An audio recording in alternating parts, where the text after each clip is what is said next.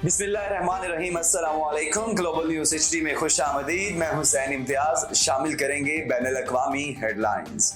America में नई तारीख रकम। साबिक सदर डोनाल्ड ट्रंप इलेक्शन के लिए नाअहल करार। अदालत ने करार दिया कि कैपिटल हिल पर हमले में मुलव्विस होने की वजह से ट्रंप उम्मीदवार बनने के अहल नहीं। अदालती फैसले का इत्तलाक सिर्फ कोलोराडो पर होगा। अमेरिकी रियासत कोलोराडो की सुप्रीम कोर्ट ने डोनाल्ड ट्रंप को सदारती इलेक्शन की प्राइमरी के लिए नाअहल करार दिया। रियासत कोलोराडो में रियासती प्राइमरी इंतखाबात 5 मार्च 2024 को होना है। अमेरिकी तारीख में यह पहला मौका है कि किसी अदालत ने सदारती उम्मीदवार को 1868 की शिक के तहत नाअहल करार दिया हो। डोनाल्ड ट्रंप के तर्जुमान ने फैसले को गैर जमहूरी करार देते हुए फैसले के खिलाफ अमेरिकी सुप्रीम कोर्ट में अपील करने का ऐलान कर दिया।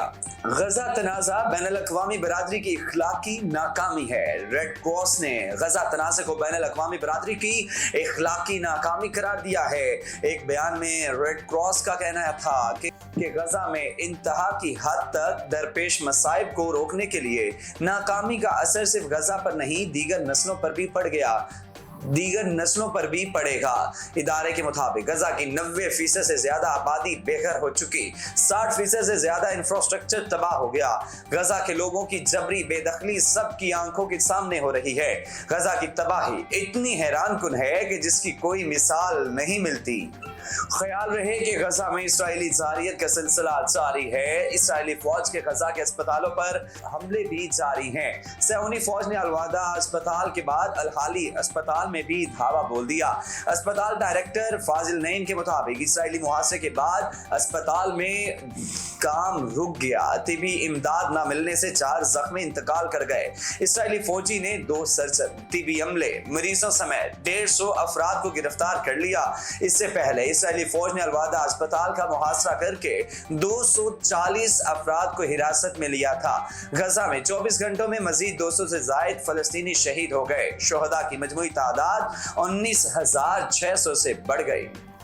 चीन के शुमाल मगरबी हिस्से में जलजले से हलाकतों की तादाद 127 हो गई। 700 अफराद जख्मी हुए, जबकि 1,55,000 से जायद मकानात को नुकसान पहुंचा। चीन के 2 शुमाली मगरबी सूबों कांसू और कनाही में पीर की आधी रात को 6.2 शिद्दत का जलजिला आया, जिसके नतीजे में कम से कम 127 अफराद हलाक हो गए और बड़ी तादाद में इंफ्रास्ट्रक्चर तबाह हो गया। जलजिले की गहराई 35 किलोमीटर थी। चीन के शहर लिनजाहू से 102 किलोमीटर जनूब मगरिब था। चीन के शुमाल मगरबी हिस्से में जलजिले से हलाकतों की तादाद 127 हो गई। जलजिले से 1,55,000 से ज्यादा मकानात को नुकसान पहुंचा।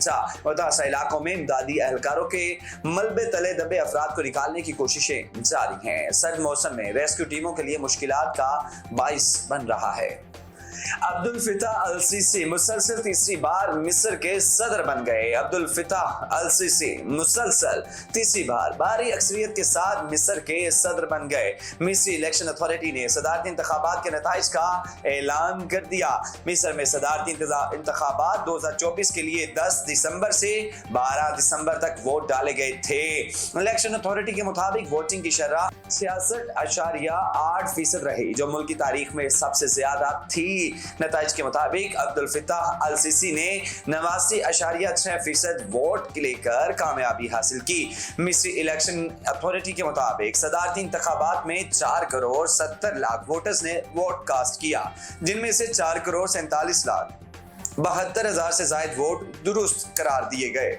इलेक्शन अथॉरिटी के मुताबिक अब्दुल फताह अल सीसी ने 3 करोड़ 97 लाख से जायद वोट लेकर वाज़ेह बरतरी हासिल की है। अब्दुल फताह अल सीसी के हरीफ उम्मीदवार हाजी मोहम्मद सुलेमान उमर ने 19,86,000 वोट हासिल किए।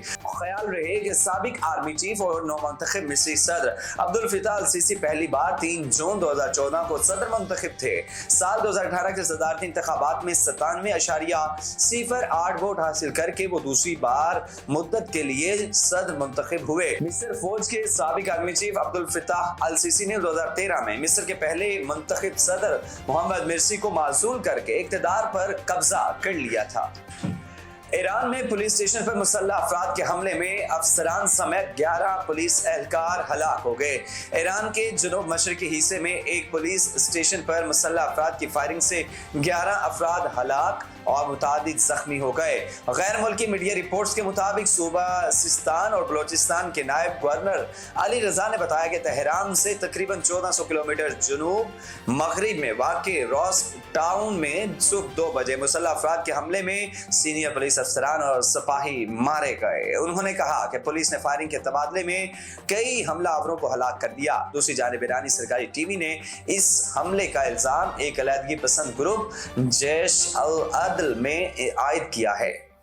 ہیڈ لائنز آپ نے جانی ہے۔ نیوز اسٹوڈیو سے فی الوقت اتنا ہی۔ مزید خبروں سے باخبر رہنے کے لیے دیکھتے رہیے گلوبل نیوز HD۔